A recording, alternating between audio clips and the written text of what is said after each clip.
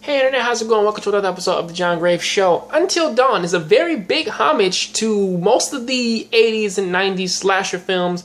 Now you get a lot of your Trevor Moore houses, a lot of your sleepaway camps, and of course your Friday the 13th. And a lot of this does actually sort of show itself with how this game is pretty much played out, especially when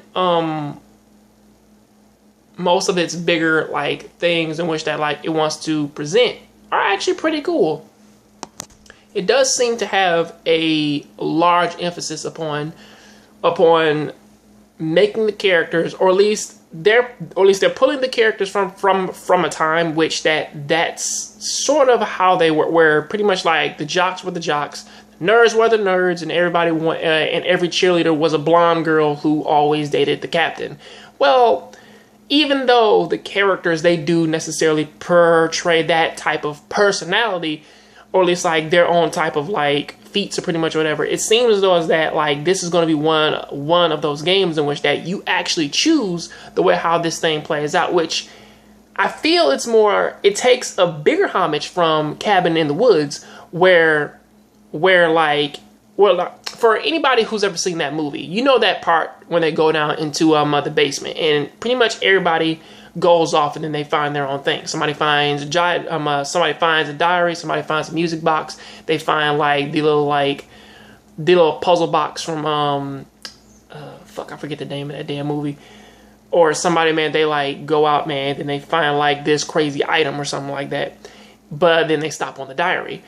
I feel as though this is going to be one of those games in which that the things in which that you choose is how the villain turns out, because it does have, or at least before the game actually starts out proper, you actually get to choose what type of fears you have, what things actually scare you, and I feel as though the villain in which that you face will actually mirror those types of things in which that you fear, and it will slowly meld and build into that. Now, that's not to say that this game, it may not necessarily have been a one-way streak, or at least a one-way track, because if anything, it can always change throughout the game, which is a very, very, very cool ass thing.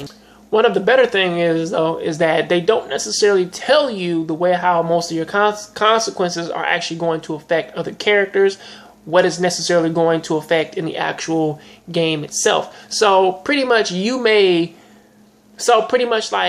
we saw the demo, or at least we saw the trailer of the girl getting up out of the bathtub and not necessarily going to go put her clothes on, that probably would necessarily, that is the small thing of walking downstairs. That probably could have the scene play out very differently compared to if she just went downstairs and she still had a towel on, or at least even going on and doing that, you don't necessarily know if most of these decisions are actually timed or whatnot, because it's still something to sort of look at, of saying now, until we actually get our hands on the game, we won't necessarily know what actual choices we actually, what our choices actually sort of affect in this game. But all in all, it does seem as though they have everything in which that they want to happen planned out, and that this could easily stretch out to be more than an 8-hour game. It could actually be just like a Telltale's Walking Dead, to where you can just play this game plenty of different ways, and have have this character die, or have that character die, or have everybody survive, or have everybody die,